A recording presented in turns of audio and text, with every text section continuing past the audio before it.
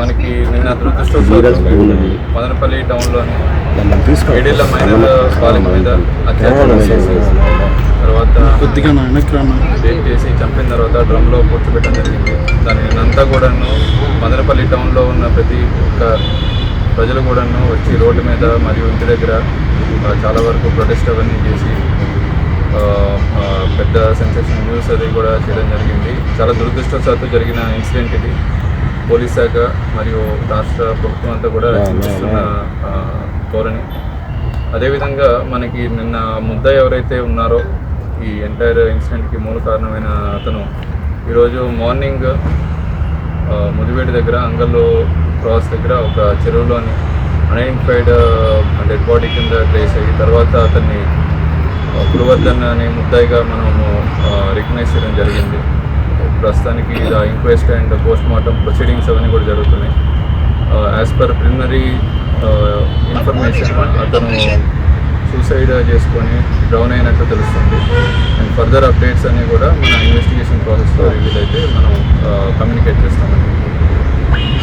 ఇంకా మనకి ముద్దాయి ఇంటికి వెళ్ళి మనం డోర్ బ్రేక్ చేసి చూసినప్పుడు ముద్దాయి అండ్ పక్కనే డ్రమ్లోని చనిపోయిన పాప కూడా శవం కూడా లభ్యమైంది.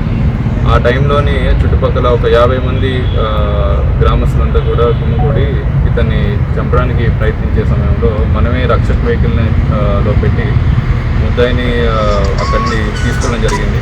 మళ్ళీ అక్కడ లా అండ్ ఆర్డర్ సిచ్యువేషన్ చాలా హెవీగా డెవలప్ అవడం వల్ల హైవే కూడా బ్లాక్ అవడం వల్ల మనకి ఆ రక్షక్ వెహికల్ స్టాఫ్ని కూడా తిరగడం జరిగింది. అక్కడ ఒక డ్రైవర్ మాత్రమే ఉండడం జరిగింది ముద్దాయితో పాటు. ఆ సమయంలో అతను తప్పించుకొని పారిపోవడం జరిగింది మార్నింగ్ టైం.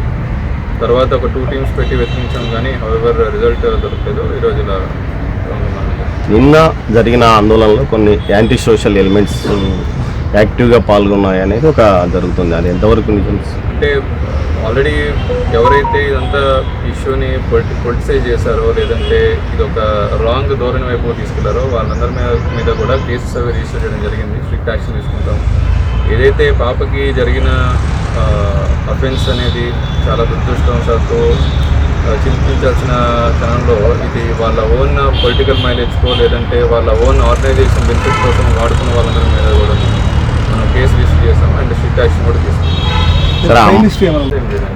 అక్యూజ్డ్ మీద ఒక కేసు ఇంతకుముందు ఉంది, 324 కేసు హర్ట్ కేసు ఉంది. అది ఆల్రెడీ అతను లోక్ అదాలత్లో కాంప్రమైజ్ అయ్యి అది డిస్పోజ్ అయిపోయింది. సార్ నెక్స్ట్ స్టెప్గా ఈ గంజాయి నిర్మూలనకు మీరు ఈ మదనపల్లిలో ఎలాంటి చర్యలు తీసుకున్నారు? ఆల్రెడీ మదనపల్లి ఇప్పటిదాకా 2 మేజర్ నెట్వర్క్స్ క్రాక్ చేయడం జరిగింది. దీనిలోని మనకి ఆల్మోస్ట్ ఒడిస్సా నుండి స్టార్ట్ అయ్యి తిరుపతి, విజయవాడ అండ్ మదనపల్లి, బెంగళూరు కనెక్షన్స్ ఉన్న ఎంటైర్ నెట్వర్క్ని క్రాక్ చేయడం జరిగింది. 2 మేజర్ నెట్వర్క్స్. ఫర్దర్గా కూడాను మనము ఇలాంటి నెట్వర్క్స్ కొన్ని క్యాష్ ఆపరేషన్స్ చేసి కొన్ని ఏరియాస్లో ఆల్రెడీ ఉన్నదని ఇప్పుడు ఇన్ఫర్మేషన్ వస్తుంది బయటికి. సో ఆ ఏరియాస్ అన్ని కూడా క్యాష్ ఆపరేషన్ చేసి అక్కడ ముద్దాయిలు కానీ ఎవరైనా కన్జ్యూమర్స్ ఉంటే వాళ్ళని పట్టుకొని డెఫినెట్గా నెట్వర్క్ అంతా క్రాక్ చేస్తాం. అండ్ ప్రజలందరికీ కూడా మా తరఫున విజ్ఞప్తి, ఎవరైనా సరే గంజాయి తాగుతున్నారు, ఎటువంటి ఇల్ ఎఫెక్ట్స్కి డ్రగ్స్కి వాటికి లోన్ అవుతున్నట్టు అయితే సమాచారం ఇస్తే ఖచ్చితంగా పోలీసు వచ్చి యాక్షన్ తీసుకుంటారు. సార్ ఇప్పుడు అబ్బాయి వాళ్ళు ఫ్యామిలీకి ఇంటిమేట్ చేశారా? వాళ్ళు రెస్పాండ్ చేస్తారు? ఆల్రెడీ ఇంటిమేట్ చేశారండి. వాళ్ళ ఫ్యామిలీ మెంబర్స్ కూడా వస్తున్నారు. వాళ్ళ మదర్ ఐ థింక్ బెంగళూరు ఎక్కడ ఉన్నారు బయట, వాళ్ళకు కూడా ఇంటిమేట్ చేయడం జరిగింది. వాళ్ళ తరఫున వేరే వ్యక్తులు వచ్చి బాడీని ఐడెంటిఫై చేయడం జరిగింది. ఈ పోస్ట్ మార్టం వాళ్ళు వస్తేనే జరుగుతుంది? వాళ్ళ mother parents or family members, close family members. Okay. Please subscribe .news.